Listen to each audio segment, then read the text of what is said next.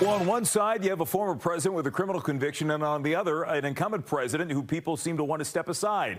This is one of the most chaotic election cycles we've seen in recent memory. But how much of the chaos we see day to day will stick with voters when we head to the ballot box in November? We're going to talk about it right now with our friend Andrew Donaldson, editor of The Ordinary Times, up late with me tonight live on the Final Five to talk about it.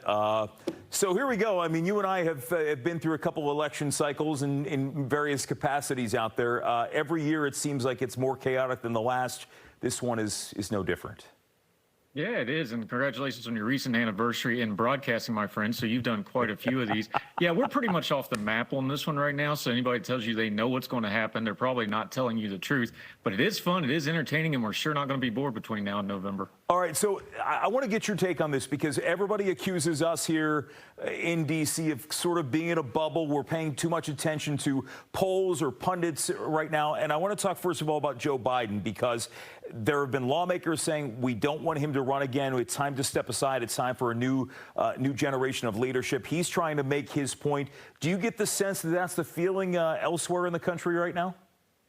Well, there's something very interesting been happening with this since the debate debacle and then leading up to the press conference we've all been talking about from last night.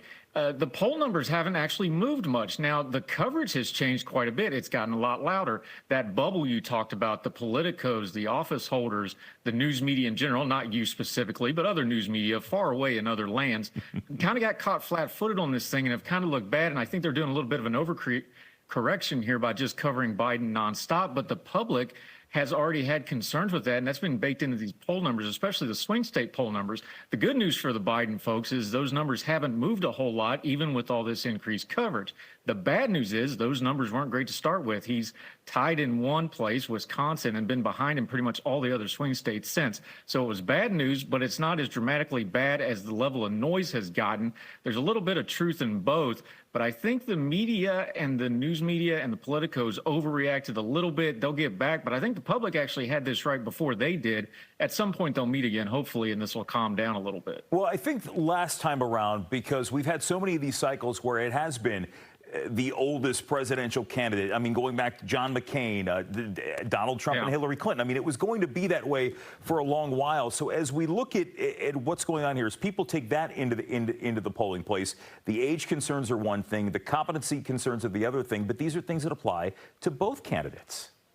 Yeah, they really do. And it's, you know, if you elected Joe Biden in 2020, you knew he was going to be old in 2024. People can kid themselves about, oh, he'd be a one-term president. No, Joe Biden was going to hang on to that as long as he could, as he should, as he earned. He won that election. He has the right to run for re-election if he wants to, regardless of what we think. And President Trump is 77 himself. He's no spring chicken either. So the electorate is the ones, we can all complain about how nobody wants these candidates, but it's the electorate who decided we got these candidates.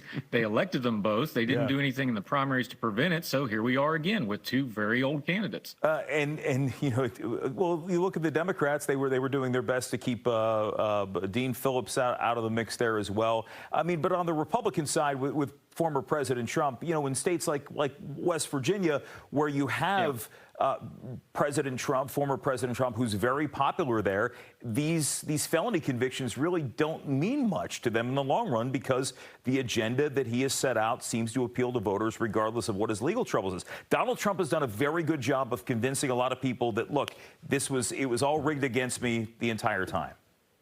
Yeah, and there's a little bit of just a familiarity here, too. Remember, if this was a TV show, we're in season 9 of Donald Trump, the political show. So season 9 is a little bit dull, even when it's a lot of the same stuff. He says crazy stuff.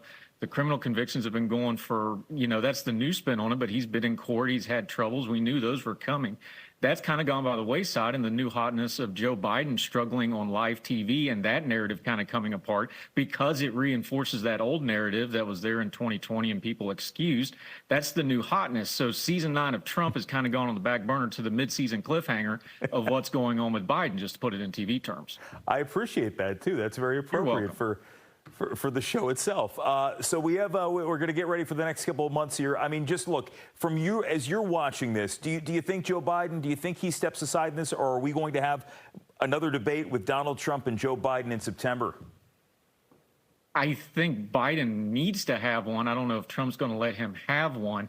because I don't know that it could get any worse. And if it got any worse, you'd be where you are anyway. I think they're going to try to have it. We will see how the politics of that play out. But remember, we got a couple things going here in a minute, because this has all been all Biden all the time.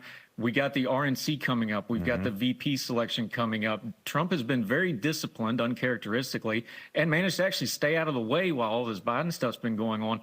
It's going to swing back. They're going to cover the RNC. They're going to cover the Trump candidacy hard and heavy for the next 2 weeks or so. And that VP pick is going to be a dominating story. You just can't get away from it. So it's going to swing back a little bit. Then we'll go to the DNC and we'll get back to Biden again. There's a lot of back and forth to this thing. But the numbers are what they are. President Biden is behind. If he wins, and he can still win, this would be a historic comeback. It'd be one of the biggest comebacks we've ever seen, especially in the modern era. Yeah. He can still win, but we got to be honest about where we at. It's going to be very interesting. I don't think this election's over. I think we got a lot of twists and turns left, exactly. even though we know both of these candidates. Here we are. It's going to be fun. Yeah. All right. Andrew Donaldson, good to see you again, my friend. Thanks for joining us. Yes, sir. Anytime. Final Five back after this.